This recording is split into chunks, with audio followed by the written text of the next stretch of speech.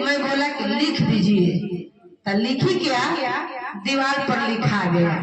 माँ लिख दी और दीवार पर लिखा गया। क्या लिखाया कि सर्व मंगल मांगल्ये शिवे सर्वत्र साधिके शरण्ये त्र्यंबके गौरी नारायणी नमस्तुते। यही एक काम का चीज है।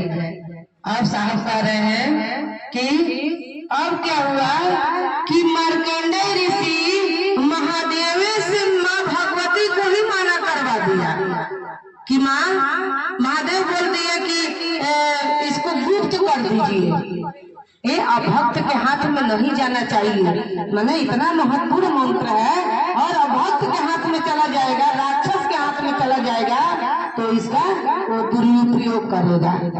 तो इसको गुप्त कर दिया गया। ये हर कोई नहीं ये मंत्र को जानता है, ये दुर्गे सप्तशती में ये मंत्र है। तो इसको गुप्त कर दिया गया। और साहब इतना ही पर रुक गए। उसके बाद साहब एक बार महादेव से पूछ दिए कि महादेव, दुर्गा की मतलब शक्ति के रहस्य क्या है, शक्ति का रहस्य क्या है? महादेव ने कह दिया नमः शिवाय। अब देखिए, अब साहब कह रहे थे कि हमारे जैसे चढ़ा करने को वो कह दिया कि नमः शिवाय।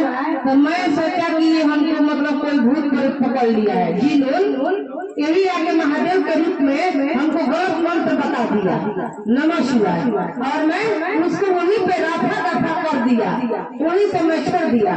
14 वर्ष के बाद साहब का जब बदली हुआ पटना में, तब साहब गए तो साहब के एक दिन याद आया कि हम तो महादेव से पूछे थे कि शक्ति का रहस्य क्या है, मंत्र क्या है। तो महादेव ने कहा नमः शिवाय।